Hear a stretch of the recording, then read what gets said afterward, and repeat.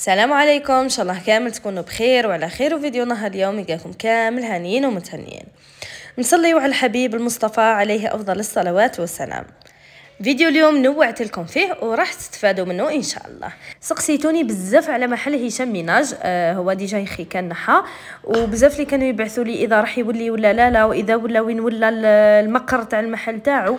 وانا وحده منكم كنت نستنى في العوده تاعو والعوده تاع الاواني تاعو اللي بزاف حوايج نلقاهم غير عنده، خاصه السيراميك اللي هما هذوك الاواني البيضاء والصحونه البويض.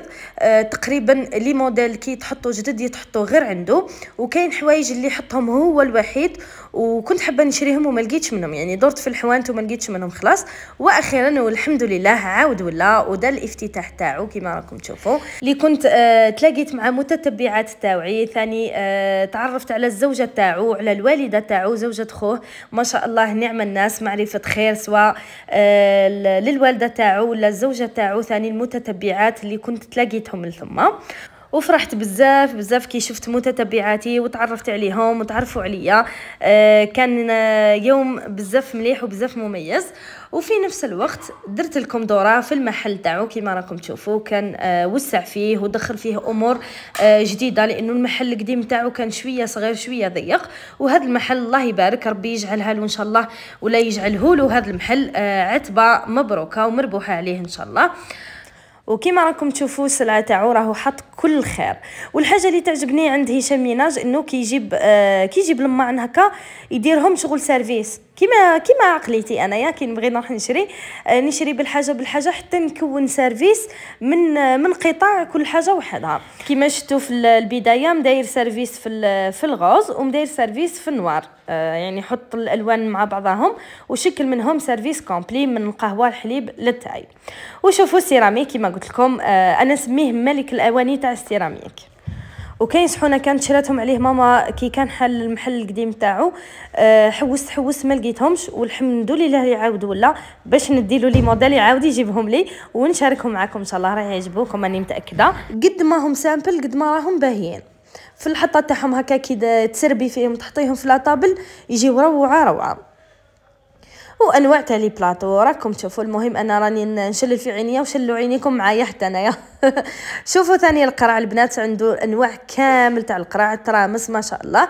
المهم اللي حبت تضرب طله راني عطيت لكم المقر تاعو، واللي حبت غير تشوف واش كاين عنده جديد راني مره على مره هكا نشارككم بجديد تاع المحل تاعو. عجبتني عنده واحد القرعه يا البنات تاع ليزيس، وفيها وين نعلقوا هكا لي بروس ولا لافات ولا تهبل. ما صورتهاش في هذا الفيديو بصح باذن الله كي نعاود نوليلو راح نصورها لكم، وباذن الله لازم نشري وحده، هذا اذا لقيتها طبعا مازالت متوفره عنده. وحنا نسكروا شنو شحال كبيره، قد ما نشريو ما نشبعوش، قد ما نعمروا الدار وقد ما نحطوا فيها وقد ما نشريو لها نقولوا قليل وما شرينا وما درنا وراهي ديما ناقصه وهذيك ما درتهاش وهذيك ما شريتهاش. ربي يعطينا القناعه في الدار. ألف مبروك على المحل وعلى العتبة جديدة، ربي يجعلها عتبة مربوحة ومبروكة، وربي يطرح البركة والتوفيق إن شاء الله. بلا ما ننسى نقدم له الشكر ليه وللزوجة تاعو على الشهادة. شكرا جزيلا على هذه الشهادة، كانت شرف ليا هي واللقاء اللي كان مع الزوجة الكريمة والوالدة والمتتبعات اللي كانوا حاضرين ثم. ودركا راح نشارك معكم موضوع يخص خاصة النوفس، وراح يفيدكم بالبزاف كما فادني انا. حبيت نفيدكم. كاين امور اللي فايدتني من سنوات، يعني عندي معلومه عليها، وكاين اللي هذا وين عرفت هذه المعلومه، واللي تخص موضوع حول تشقق الحلمه عند الرضاعه. يعني في البدايه تاع الايام الاولى في الرضاعه تتشقق الحلمه وقادر حتى تولي تسيل بالدم. كاين بزاف امور اللي تقدري ديريهم وتعاونك باش ترتاحي لي منهم امور ومواد طبيعيه اللي هما الزيت زيتون، منهم العسل الحر، منهم زيت الذرة، منهم حتى لابيل كما راكم تشوفوني حطيتها قدامكم كما راهي. وكاينه اللي دير زبده المسوس تاع البقره. بصراحه انا كامل هذه الامور استعملتهم وما نفعونيش نهائيا، راح نقول لكم على واه ما نفعونيش. وبالنسبه للزيت زيتون والعسل ولا اي زيت اخرى اللي قلت لكم عليها، حاولوا انكم تكون حاجه طبيعيه 100%، يعني ما تكونش فيها مواد كيميائيه. خير وخير هكا باش ترتاحوا.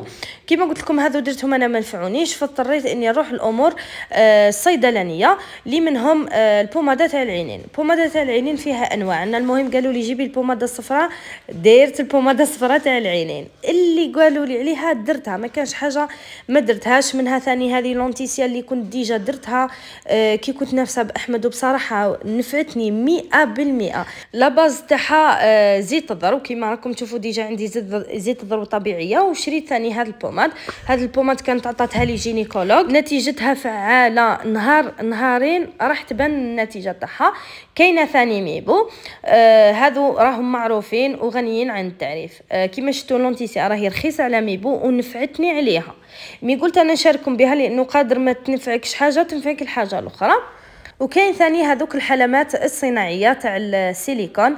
انا خيرت هذا النوعيه اللي تجي مع لابواط هكا باش يبقاو ديما نظاف، وممكن يتعقموا يبقاو معقمين ونظاف، يعني ماشي تحطيهم هكاك يقيسهم الهواء والغبره اللي تطاير مع الهواء.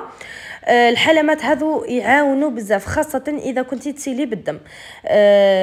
ديري في حسابك بلي اذا كانت الحلمه تاعك تطيش الدم، يعني مجروحه بزاف، راح يفوت للبيبي، واذا فات للبيبي البيبي تاعك راح يولي يرد الدم. يعني حاشاكم كي يولي يتقيا هذاك البيبي ولا يرد، راح يرد لك الدم وبكميات معتبره. انا صارت لي في احمد هذاك العام وكان يرد لي الدم وما فهمتش من واه، وصرا فيه مصرى هذاك البيبي. يعني احمد كان نوفوني، كان مزيود جديد ما دارش 15 يوم ولا يطيش لي في الدم وما عرفتش من واه. وكنت قعدت به في الماترنيتي، درت له لا فيبرو، عطاونا ثانيه واحد الدواء باش نديروه له شغل سكانير، ما لقيناش باستهبال، لدرجه انه زوج تاعي قرر انه نخرجوا لتونس باش نشوفوا من واه هذا المشكل. مع الاخر درنا وكي وليت الطبيبه اللي نسوي في عندها على ولادي، هي الوحيده اللي فهمت بنواه. ظهر المشكل من عندي انا، يعني اول مره يتصرى لي هذا يعني يصادفني هذا المشكل تاع الدم اللي يبلعوه مع الحليب. هذا المره زعما ولات عندي شويه خبراني على بالي واش راح يصرى. جبت هذه الحلمات الصناعيه صراحه نفعوني بزاف. اولا يخففوا شويه الوجع، ماشي ينحيوا الوجع، يخففوه برك شويه. في نفس الوقت كي تشوفي تقدري تشوفي، يعني اذا بدا يخرج الدم راح تشوفيه. وكما قلت لكم اذا درتوا هذه الامور كامل جربتوهم وما نفعت معاكم حتى حاجه، اعرفوا باللي المشكل راهو في الفم تاع البيبي. معناها الفم تاع البيبي يكون طايب، وكي يكون طايب هو اللي يتسبب في الجرح هذاك تاع الحلمه. وبالفعل انا كي درت الشيء هذا كامل وما ارتحتش، يعني الحاله غير تزيد، ما قدرتش نزيد نصبر. رحت للطبيبه كي شافت الفم تاعها لقاته طايب، عطاتني هذا البوماد اللي تنفع الفم تاع البيبي، تنحيلو هذاك الطياب تاع الفم. وما من الناس الكبار يديروها للطياب تاع الفم تاعهم. نديرها الفم تاعها، نمسح لها بالكومبريس، ندير قيس نص مغرف اللي معاها، نمسح لها فمها، اللثه تاع فمها مليح قبل ما ترضع 3 مرات في النهار. وثاني تقدري ديريها في الحلمه تاعك. هذه هي الوحيده اللي خلتني نرتاح. يعني اذا درتي كيما قلت لك الحوايج كامل اللي قالوا لك عليهم ديريهم، درت حتى الدباغه البنات، درت الدواء الاحمر، يعني قلت لكم درت الشيء اللي نصحوني به كل درته ومي ما ارتحتش. وهذا راجع للفم تاع البيبي. يعني اذا ما داويتيش الفم تاع البيبي تاعك اكي ديري لي بومات تاع الدنيا كله تاع العالم كل وما ترتاحيش. وكاين حتى دي بوماد غاليين كيما هذيك الميبو، راكم شفتوا السعر تاعها، يعني هذاك التوب صغير راهو فيه توب صغير وفيه توب كبير. توب صغير راهو 100 وقريب 25,000 وما ينفعكش، يعني راح طيشي دراهمك بوريان. وهذا البوماد تاع ديكتاجيل راهي رخيصه خلاص، يعني راهي في المتناول، اي وحده تقدر تشريها. والمعاناه هذه معاناه تخليك تبكي بالدموع، يعني ما تحسلها غير اللي فاتت عليها واللي جربتها. وان شاء الله اي وحده راهي تعاني في هذا الوقت وهي تشوف الفيديو جربيها وادعي لي دعوه خير، هذا ما نقول لك. وفي خضم هذه المعاناة اللي راني فيها دخلت الحليب لبنتي، ويعني ماشي حاجة جديدة عليا اني ندخل الحليب لولادي. هو اصلا ولادي سبحان الله العظيم ما يحكموا لي ني بيبرون ني سوسات، يعني نعاني معاهم في اوقات هكا اللي نحتاج فيها البيبرون ولا سوسات، ماشي ديما، لانه انا من بين الناس ولا النساء اللي يحبوا الرضاعه الطبيعيه ونستمتع في هذيك الفتره تاع الرضاعه الطبيعيه، لخاطر فيها فايده كبيره بالبزاف لا تعد ولا تحصى، سواء لينا حنايا لانه بزاف اللي تشكي لك من كرشها ما ولاتش والوجع. الرضاعه راهي تخلي لك الرحم يرجع كما كان، تخلي لك كرشك تدخل، وخلي على الفايده اللي تكون في الطفل تاعك، راح تقوي له المناعه تاعو، راح تخلي الطفل تاعك هذاك حنين عليك. في بزاف امور وبزاف فوائد في الرضاعه الطبيعيه. وهنا اني نحكي لكم عن الرضاعه الطبيعيه واني ندير نعمر في البيبرون. البيبرون درتو باش تما الوقت ما بيد انايا ارتحت، لانه الوجع ما عندي ما نحكي لكم فيه، وفي نفس الوقت ندخل البيبرون كما قلت لكم نحتاجوه في الاوقات هكا اللي ما نكونش قاعده فيه، ولا تكون عندي طريق وما نقدرش ندي ولادي معايا. وزيد سبحان الله كامل، يعني من رسلان حتى الرونق ما يحبوش البيبرون، وثاني ما يقنعهمش، حتى وان درت لهم البيبرون ما يقنعوش به نهائيا. وراني حفظت الاسئله تاعكم كي نحط لكم فيديوهات، على بالي راح تقولوا لي واش رايك في الحليب اللي درتيه لها، مليح ولا لا، يسمن ولا لا.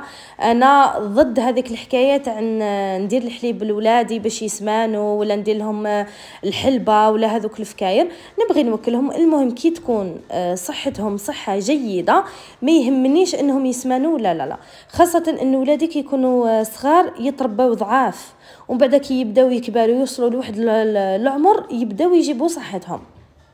كي تشوفي البيبي تاعك باللي عظامه صحاح، ما يعاني من حتى مرض بعيد الشر، ربي يعافي وليداتنا كامل، ما تحوسيش تفهمي على السمانه، خاطر اصلا السمنه كما تقولها لي طبيبه تاع الاطفال، تقول لي راهي مرض هذا مكاني ما عنده حتى معنى. كي يكون هو الاعضاء تاعو كل لاباس عليهم والصحه تاعو كل لاباس عليها وجيده، ما يهمكش لا كان يكون سمين ولا ضعيف. والحليب بصراحه ما درته من راسي، يعني جابوه لي زوج تاعي من الفارماسي، ماشي قال لي زعما عطاته لي طبيبه ولا، مع انه نورمالمون تشرب الحليب تاع ار ما لقاش، يعني كي راح يجيبوه لها ما لقاش يشرب الار على واهله، خاطر تشرب والفت بيشرب وراح وجا تشرب الار لخاطر الفم تاع الاستومات تاعها مفتوح شويه، يعني كيما نفس المشكل تاع ولادي الاخرين. المهم حاولت اني نشارك معكم الشيء اللي تعلمته من بين ولادي ثلاثه، يعني حسب خبرتي البسيطه المتواضعه برك. يعني اي وحده فاتت على المشكل انه البيبي تاعها راهو يرد الدم، تشوف السع في روحها قبل ما تدخل على ولدها الطبيب ولا تدخل عليه الدواء. وهنا نكون وصلنا لنهايه فيديونا اليوم، ان شاء الله يكون عجبكم، ان شاء الله نكون فدتكم. ما بقى لي غير نقول لكم تهلاو في رواحكم، الملتقى في فيديو قادم، في امان الله.